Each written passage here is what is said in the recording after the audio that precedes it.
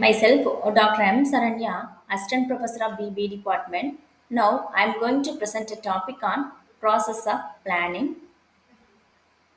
There are various steps involved in process of planning. The first step is setting objectives.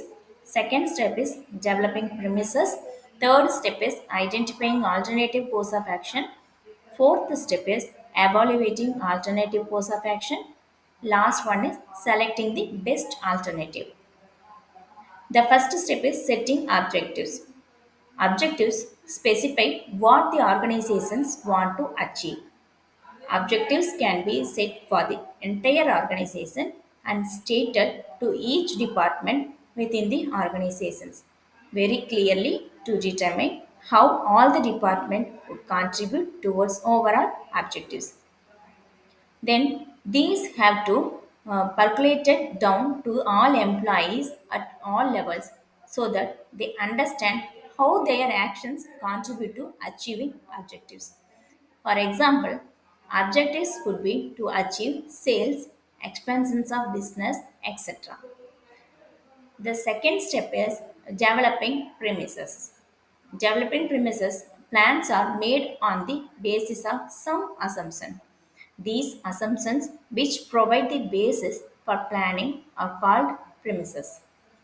All managers involved in planning should be familiar with them because plans are expected to operate and reach their destination subject to these. They can be internal premises and external premises.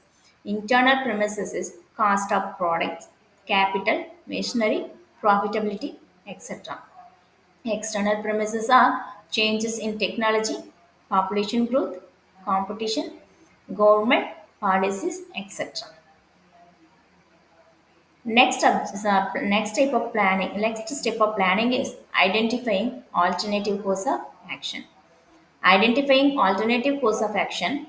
After setting the objectives, managers make a list of alternatives through which the organization can achieve its objectives. As there can be many ways to achieve the objectives, and managers must know all of them. Example, sales could be increased through any of the following ways. First one is by enhancing advertising expenditure. Next one is appointing salesmen for door-to-door sales. Next one is by offering discounts. Next one is by adding more product line. So by these could be increased the sales. The next step is evaluating alternative course of action. Evaluating alternative course action, positive or negative aspects of each and every proposal need to be evaluated to determine their feasibility and consequences in the light of each objective to be achieved. For example, in financial plans, risk return trade off are important. Riskier the investment, higher the return it is likely to give. To evaluate such proposals, details calculations of earning, tax, earnings per share, etc. should be done. The next step is selecting the best alternative. Real point of decision making, best plan has to be adopted and implemented.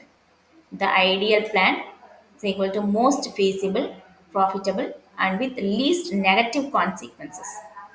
Next one is most plans may not be subjected to mathematical analysis. In such cases, subjectivity and managers' experience, judgment, and institutions are important to select the most viable alternative. Sometimes a combinations of plans may be selected instead of one best course. Next one is implementing the plan and follow up action. Implementing the plan, concerned with putting the plans into action. For implementing the plans, managers start organizing and assembling resources for it. For example, if there is a plan to increase production, then more machinery will be required. This step would also involve organizing for more labor and purchase of machinery. Last one is follow up action. This involves monitoring the plans and ensuring the activities are performed according to the schedule. Whenever there are deviations from plan, immediate action has to be taken to bring implementation according to the plan or make changes in the plan. Thank you.